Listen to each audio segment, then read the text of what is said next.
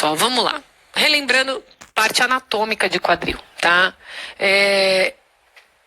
Parte anterior do quadril e coxa, a gente tem os flexores. Flexor do quadril. Você está sentado, você está com o seu quadril fletido, certo?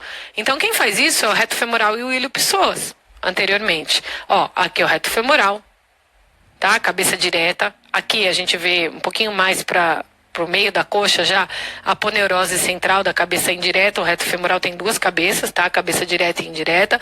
A cabeça direta ela se origina da espinha ilíaca anterior inferior e a cabeça indireta ela se origina da margem superior do acetábulo, tá? E o ilio-psoas que também é anterior. Então esses são os flexores do quadril. Sentou, pensou em ilio-psoas, reto femoral que fazem a flexão. Tá? O reto femoral cruza as duas articulações, então ele é um flexor da coxa e um extensor da perna. Por quê? O que acontece? Perna, coxa, reto femoral. Na hora que o reto femoral ele vem aqui anteriormente à coxa, toda essa musculatura anterior de coxa, ela é extensora da perna. Então ela puxa a perna para estender.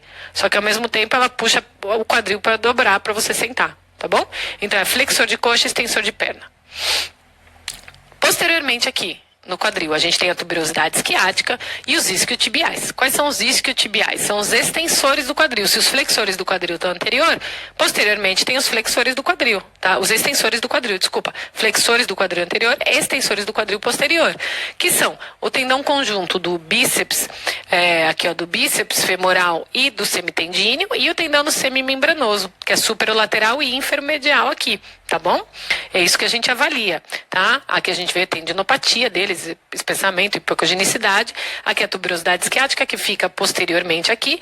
Logo aqui do ladinho tem o nervo ciático, a gente tem que tomar cuidado, tá bom?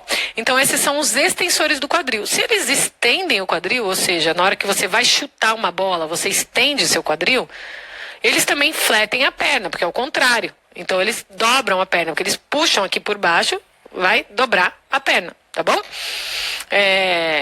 Então esses movimentos são importantes também, porque uma vez já caiu em prova movimentos de musculatura, as mais comuns, claro, né? Por isso que eu estou citando só as mais comuns, tá bom?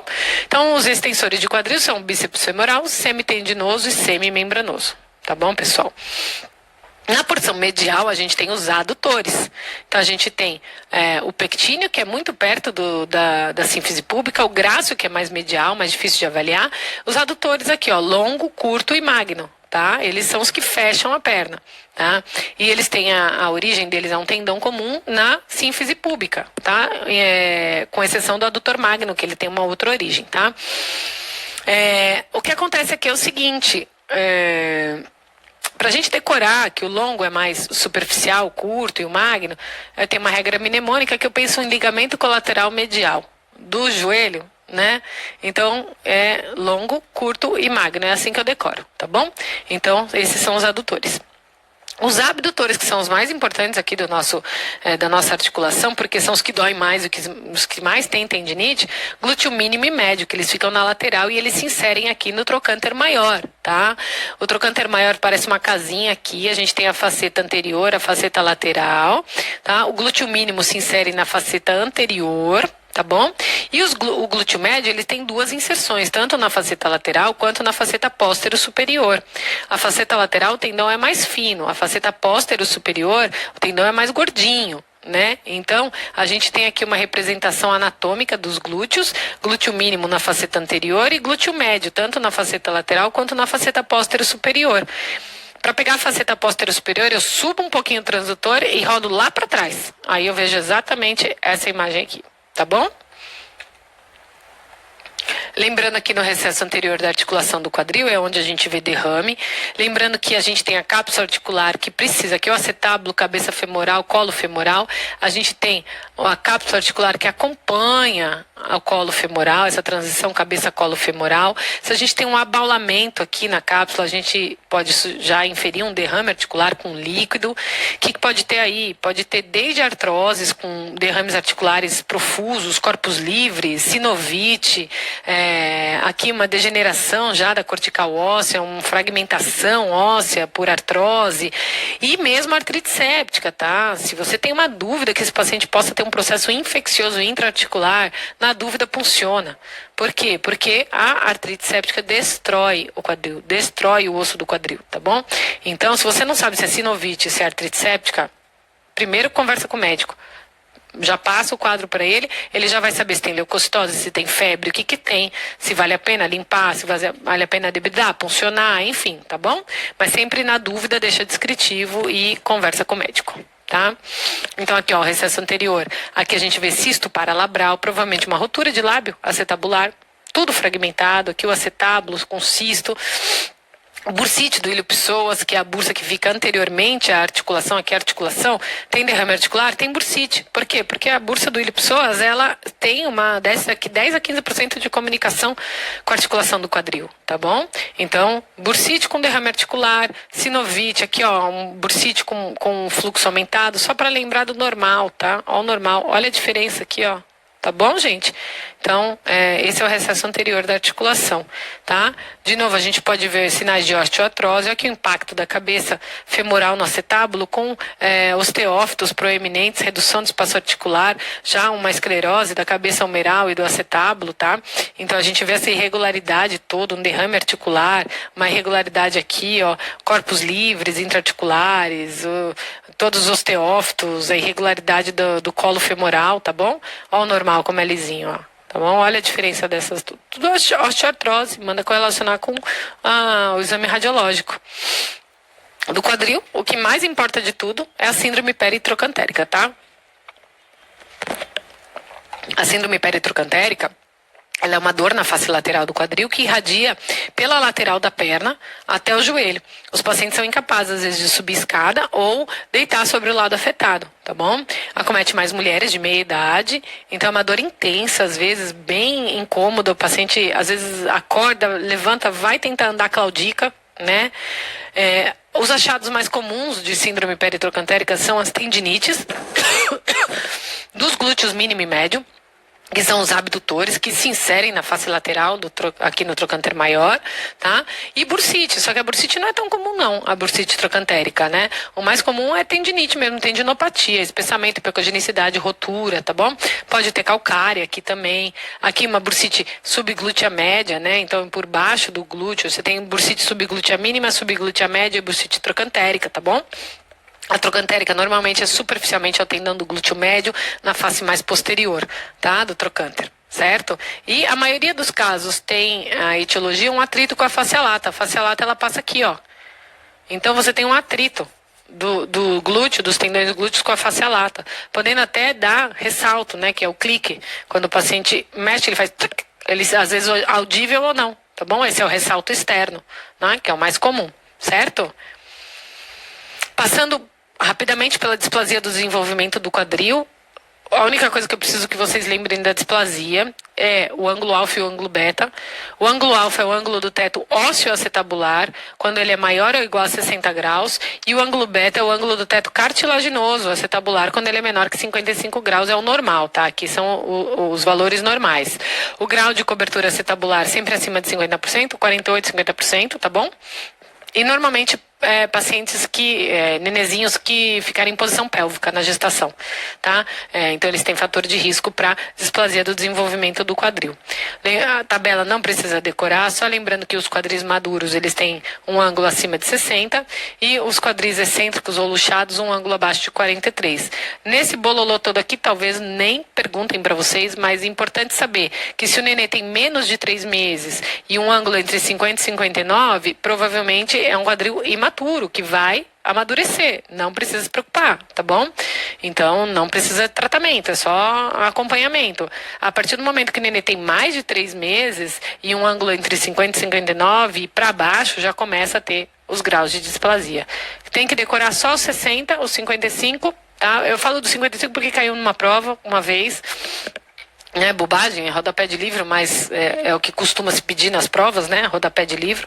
Então, mas o mais importante é o ângulo alfa, que é o ângulo do teto ósseo, que é acima de 60, tá bom? Aqui eu trouxe uma fotinho para vocês. Aqui é um quadril normal. Olhou pro quadril, que falou, Vanessa do céu, o que eu vejo aqui, pelo amor de Deus? Vou te falar. Aqui é o ilho. Aqui é o teto ósseo acetabular. Isso daqui é o fêmur cartilaginoso do nenê. Cabeça do fêmur é cartilaginosa, centro de ossificação. Aqui é o trocânter maior, tá vendo? Ó?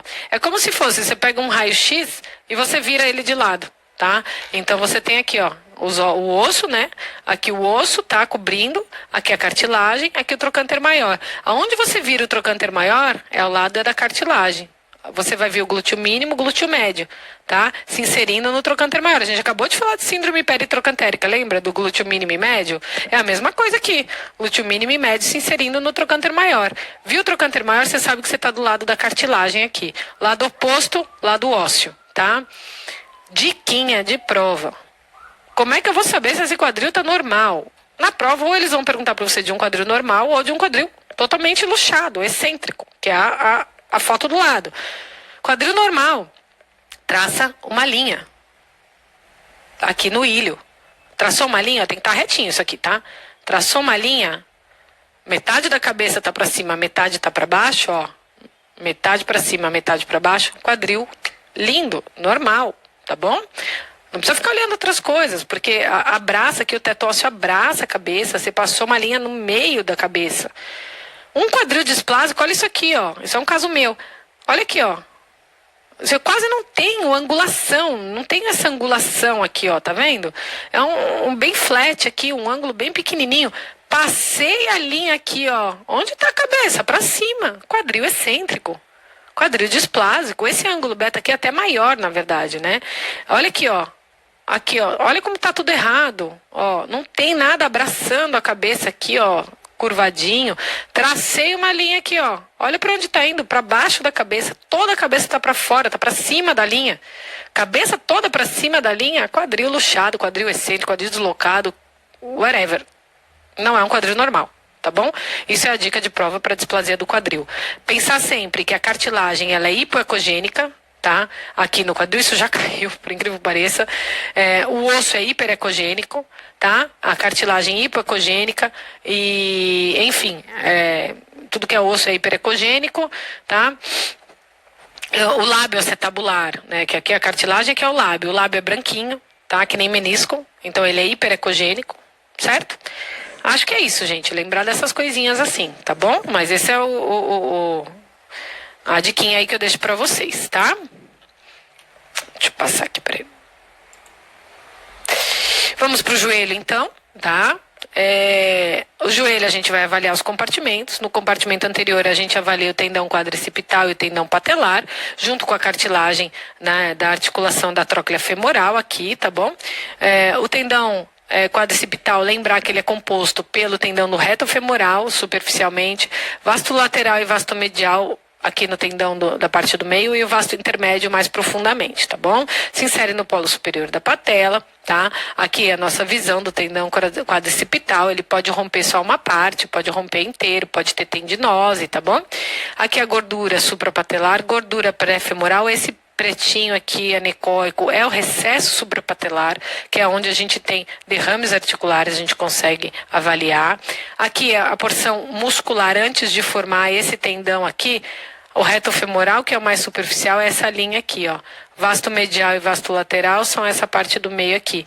E vasto intermédio, que é mais profundo, é essa parte aqui, ó. Tá bom? Então, esse é o tendão quadricipital. Quando ele está lesionado, quando ele tem tendinose, tem dor e edema proximal à patela, tá bom? Com limitação de extensão do joelho, tá? Ou da perna, né? Que é a função dele. Tendão patelar aqui, ó. Tá? Ele tem origem no polo inferior da patela, inserção na tuberosidade anterior da tíbia. Ele é um tendão fibrilar, ecogênico. As lesões acontecem por extensões repentinas de joelho, associadas a violentas contrações, no caso de futebol, salto, corrida. As lesões podem acontecer por tendinoses patelares, ou seja, tendinopatias, um tendão espessado, hipocogênico, tá bom? Com roturas parciais. Tá? E a cartilagem da tróclea femoral, tá? O valor normal aqui dela é 2,6, tá? Milímetros, ou seja, bem pequenininha, bem fininha. Não é o método melhor de avaliação, ultrassom, mas a gente pode conseguir ver se tem alguma alteração e sugerir uma ressonância, tá bom? Aqui no compartimento anterior do joelho, a gente pode ver derrames articulares com espessamento sinovial, principalmente em pacientes pediátricos com doenças reumatológicas, autoimunes, pacientes idosos com doenças reumatológicas. A gente pode ter essa manifestação aqui de derrame articular. Pode ter corpo livre. Quando tem nível líquido aqui, a gente pode pensar em lipohemartrose, né? Porque aí acontece nos casos de fratura do platô tibial, então sai gordura, né? Então acaba dando esse nível aqui. Lembrar da patela bipartida. A patela bipartida é muito mais comum no compartimento superolateral da patela, tá? Não é uma alteração, uma variação anatômica, tá? Aqui até as tendinopatias do quadricipital, do tendão quadricipital, heterogeneidade, hipocogenicidade, irregularidade da cortical óssea do polo superior da patela, tá? Uma rotura do tendão patelar. O que acontece? Você tem uma harmonia, né? Tem o tendão quadricipital, tendão patelar, mantendo a patela aqui no meio, né? Quando você tem uma rotura do tendão quadricipital, perde essa sustentação, a patela cai. Quando tem uma rotura do tendão patelar, o tendão quadricipital puxa, então você tem patela alta. Então a rotura do patelar, né, faz a patela subir. E às vezes a rotura não é bem vista porque ela fica toda enovelada aqui, dando uma sombra, né? Mas esse tendão tá roto, tá? Aqui uma tendinose, né, uma tendinopatia do patelar em esportes de salto e futebol, e uma rotura aqui do quadricipital e a patela caiu, né, diferente da rotura do patelar, que a patela subiu, certo? Aqui então a gente tem as doenças que acometem o tendão patelar, principalmente na faixa etária de adolescentes, aqui essas duas e o joelho do saltador, uma tendinose aqui no polo inferior da patela, espessamento, hipocogenicidade, irregularidade da cortical, roturas parciais, heterogeneidade, tá bom? É o joelho do saltador, que acomete o tendão patelar proximal. A versão pediátrica do joelho do saltador é a Cindy Larsen Johansson, tá? Acomete em adolescentes. Como isso daqui é um centro de ossificação secundário, pode avulsionar esse centro de ossificação secundária, tá? Raramente chega para nós porque ela é uma doença autolimitada, tá? A não ser que tenha uma complicação aqui de avulsão óssea. E aos gutilater também adolescentes, mas ela acontece no polo distal da patela, no terço distal da patela, junto à inserção na tíbia, não mais no polo inferior da patela, tá bom?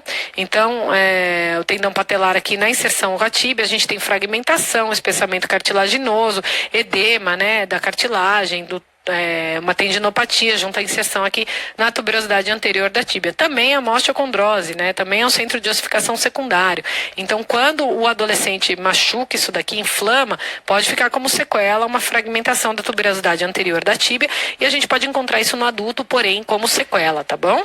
Não tanto como processo inflamatório agudo, com dor, edema, aumento volumétrico, tá? No joelho a gente tem as avaliações dos compartimentos medial e lateral. No compartimento medial a gente tem aqui, então, o ligamento colateral medial, tá? O ligamento colateral medial, ele se continua aqui com os tendões da pata anserina, ele é muito pertinho um do outro, tá bom? A pata anserina tem que decorar os tendões que compõem a pata anserina, que são o sartório, o grácil e o semitendinoso, tá? Do compartimento lateral, a gente tem o trato iliotibial. O trato iliotibial, ele passa aqui pelo fêmur, pode atritar nessa região, dando a síndrome da banda iliotibial, síndrome do atrito. Ele se insere no tubérculo de Gerdy da tíbia, que é na face lateral da tíbia, proximal. O tendão poplíteo, que ele fica aqui, a sua inserção é no côndilo femoral lateral, tá bom? Esse é o tendão poplíteo, a gente faz uma flexão forçada aqui no joelho, né? Uma flexão importante. Aqui uma semiflexão do joelho, a gente consegue ver o ligamento colateral lateral. O ligamento colateral lateral, ele se insere na cabeça da fíbula junto com o tendão do bíceps femoral. Tá? Então é uma inserção conjunta. Eu já falo assim, eu tô aqui, ó, com o transdutor aqui apontado para a fíbula, eu só viro para cá e já vejo essa imagem aqui, ó. Tá bom? Eu não preciso colocar o paciente virado em decúbito ventral, tá? Não preciso fazer isso, mas de qualquer forma eu faço essa posição até para avaliar o cisto de Baker e o recesso posterior da articulação, tá bom? Que é aqui, ó, que a gente faz o cisto de Baker. No compartimento posterior e póstero-medial, a gente tem um recesso articular que se interpõe entre a cabeça medial do gastrocnêmio e o semimembranoso, tá? Esse daqui, o semitendinoso, ele passa aqui, ó, superficialmente ao recesso, tá bom? É o semimembranoso, nunca esqueçam, e a cabeça medial do gastrocnêmio. É um recesso articular. Pode distender com líquido, pode ter corpos livres, tá? Dentro do cisto, pode romper, aqui ó, corpos livres, calcificados, e pode romper. Quando rompe, os sintomas são semelhantes a TVP, porque o líquido escorre para a panturrilha dando edema, inchaço, dor, tá? Então, pesquisando TVP, tem que pesquisar a rotura de cisto de Baker também, tá bom? Então, a síndrome da banda iliotibial, como eu estava falando, é o atrito do trato iliotibial junto do epicôndilo lateral femoral, podendo espessar de forma cronicamente esse trato iliotibial ou deixar aparecer líquido aqui nas partes moles, né? Edema, enfim, com muita dor pro corredor. Normalmente são corredores, tá bom? Os ligamentos, né? Lesão ligamentar, a lesão do grau 1 é líquido peritendíneo, é estiramento com líquido. Grau 2 é uma rotura parcial, no caso dessa daqui, tá? Aqui é um espessamento hipocogênico na topografia do ligamento. E um grau 3 é uma rotura completa, tá bom? Então a gente precisa lembrar desses graus de rotura. O ligamento colateral medial do joelho, ele rompe quando o estresse vem de fora para dentro, é um estresse em valgo, abre a articulação medial. E o colateral lateral, estresse em varo, ou seja, de dentro para fora. O mais comum é estresse em valgo, né? Alguém chutar na lateral da perna, tá bom? Lembrar da doença de Pellegrini-Stieda, que é uma calcificação crônica pós-trauma do ligamento colateral medial, tá bom? Então, é o ligamento colateral do joelho, né, medial. E o tendão poplíteo aqui, que pode ser acometido pela gota, que é um espessamento com focos ecogênicos dentro do tendão, tá bom? Um tecido, né, espessando esse tendão. E, muitas vezes, o acometimento aqui por gota nesse tendão, tá? As bursites são bem tranquilas, as bursites pré-patelares e as infrapatelares, tá? As pré-patelares são bem superficialmente a patela. Então, aqui, ó, a patela, tem o tendão patelar, a bursite está aqui, a pré-patelar, a infrapatelar é para cá. Pode ter conteúdo espesso, pode ter calcificação. Normalmente são doenças ocupacionais de quem fica muito com o joelho no chão, às vezes limpando o chão, essas coisas, né? Aqui as bursites infrapatelares pode ser uma infrapatelar superficial e uma infrapatelar profunda, tá bom? Aqui um pouquinho de líquido fisiológico é normal. E a bursite da pata anserina, que acompanha os tendões da pata anserina. Sem esquecer quais são os tendões da pata anserina, sartório, grácil e semitendinoso, tá? O menisco é de avaliação limitada pelo ultrassom, a não ser quando o menisco está extruso, tá? Então a gente pode ver rotura meniscal, cisto parameniscal, manda para ressonância, tá bom? Aqui dá para ver uma rotura longitudinal com cisto parameniscal, mas não precisamos diagnosticar isso no ultrassom, tá? Mas suspeitou, manda para ressonância, certo? Indo para o tornozelo e pé, vamos lembrar então dos movimentos do tornozelo. A gente tem um movimento de inversão e de eversão. Pé para dentro, pé para fora. Pé para dentro, o maior mecanismo de trauma é em inversão, tá? A gente rompe os ligamentos do lado lateral, impacta o lado medial ósseo, podendo dar fratura. Pé para fora, a gente rompe os ligamentos do lado medial, podendo dar fratura do lado lateral, tá? Dorsiflexão e flexão plantar, tá bom? Temos que saber esses movimentos. No tornozelo anterior, a gente avalia tendão tibial anterior, extensor longo do hálux, extensor longo dos dedos, tá? E o recesso articular da tibio-talar, da articulação tibio-talar, que a gente vê muito derrame aqui, principalmente em artrite reumatoide, tá bom? Aqui, o tornozelo anterior, a gente vê a inserção do tibial anterior no cuneiforme medial e um pouquinho vai para a base do primeiro metatarso, tá? A gente pode ter roturas, tendinopatias, e o tendão mais acometido é o tibial anterior, que é o principal inversor e flexor dorsal do pé, tá? Aqui o derrame articular, podendo ou não ter espessamento sinovial, aumento de fluxo ao estudo Doppler, tem que tomar cuidado com a artrite séptica aqui também, tá bom? E as tendinopatias de uma forma geral, as tendinocinovites com espessamento, hipocogenicidade e heterogeneidade tendíneas, tá bom? Como em todo lugar. No tornozelo lateral, lembrar dos fibulares, fibular curto e fibular longo. O fibular curto, ele vai se inserir na base do quinto metatarso. O fibular longo, ele vai passar por baixo da sola do pé para se inserir lá na base do primeiro metatarso, lá do outro lado, e do cuneiforme medial. Pode apresentar na sua substância, junto da passagem do cuboide aqui, esse ossículo acessório, que é o osso peroneu, tá bom? Os tendões fibulares podem ser acometidos por tenossinovites, roturas, e a rotura mais comum é a rotura longitudinal do tipo split, em que você tem o fibular longo comprimindo o fibular curto, o fibular curto sempre fica aqui próximo do osso, tá? O PB aqui é fibular curto, o PL é fibular longo, tá? Que é o perôneos breves e perôneos longos. Então, olha, aqui, ó, o fibular longo comprimindo o fibular curto junto da cortical óssea, separando esse tendão do fibular curto com uma rotura longitudinal. Nessa rotura longitudinal, o tendão do fibular longo entra aqui no meio do fibular curto, tá? Isso é uma rotura do tipo split longitudinal, acompanhado de tenossinovite, que é um espessamento hipocogênico heterogêneo com distensão líquida da bainha sinovial dos fibulares, tá bom? Tornozelo medial, a gente tem o tibial posterior, flexor longo dos dedos, flexor longo do hálux. Lembrar que tornozelo medial tem os flexores, tá? Dos dedos e do hálux, e o tibial posterior. Feixe vasculo nervoso com nervo tibial. Caiu muito nessa prova sobre isso, tá? E eu bato nessa tecla há muito tempo, então lembrar sempre da anatomia. Tudo está relacionado à anatomia nas provas de vocês, tá bom? Sempre decorar bem a anatomia. Tá? Aqui o flexor longo do hálux, né, que é muito mais próximo, profundo ali do talos, tá? O nervo tibial, as artérias, as veias tibiais. Aqui a gente tem uma tenossinovite difusa, né, dos tibiais, tá? Do tibial posterior, do flexor longo dos dedos e do hálux. Isso daqui normalmente acontece em artrites reumatoides. Aqui a gente tem uma tendinopatia do tibial posterior, junto com rotura do tibial posterior, tá? Aqui um cisto gangliônico comprimindo o nervo tibial e dando a síndrome do túnel do tarso, que é a compressão do nervo tibial e seus ramos, por qualquer que seja, pode ser por tenossinovite, por cisto gangliônico, por um próprio tumor neural, e a síndrome do túnel do tarso é dor em queimação na região plantar do pé, irradiando para a face medial da perna, com a parestesia, tá bom? Então, aqui são os componentes do túnel do tarso, tá?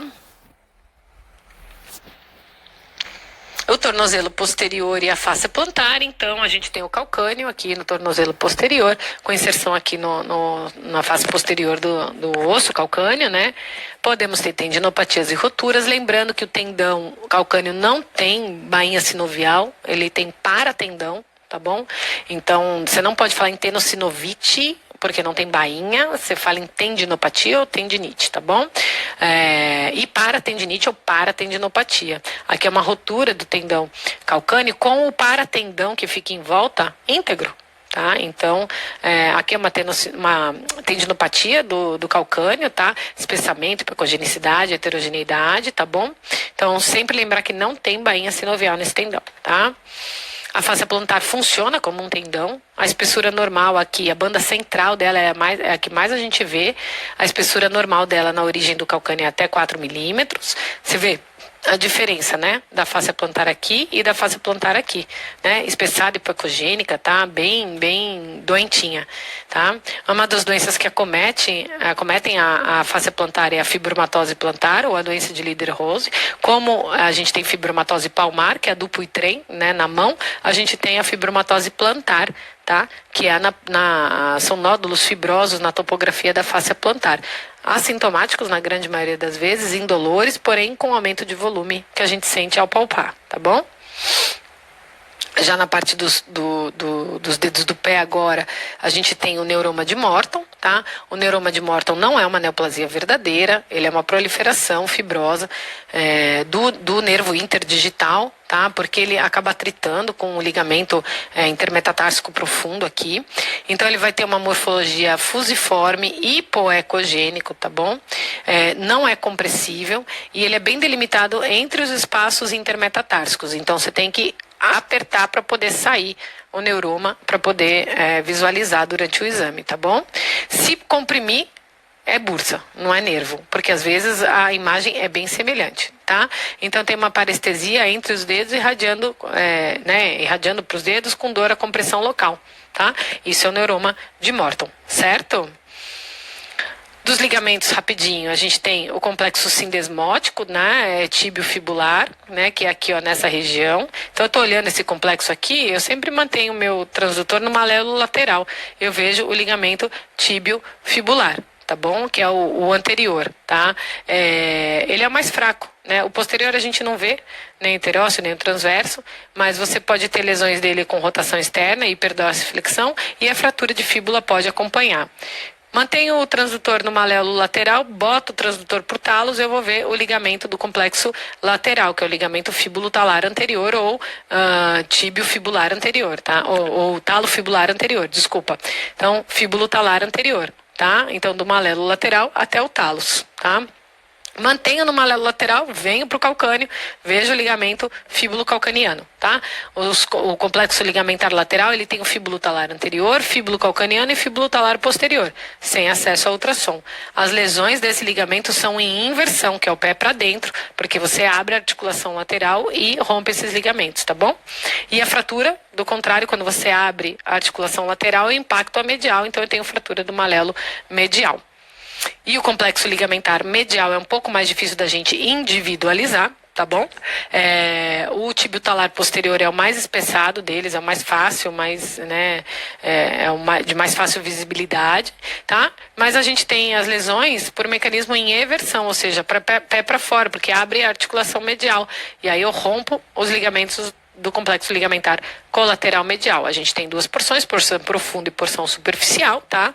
A porção profunda é o tíbio talar anterior e o posterior, é mais forte, importante para a estabilidade, e a superficial, que é o tíbio navicular, tíbio spring, o spring é o calcâneo navicular, tá bom? Tíbio calcaniano e uma das porções do tíbio talar posterior. Certo? Então esse é o complexo ligamentar medial de difícil avaliação pelo ultrassom e individualização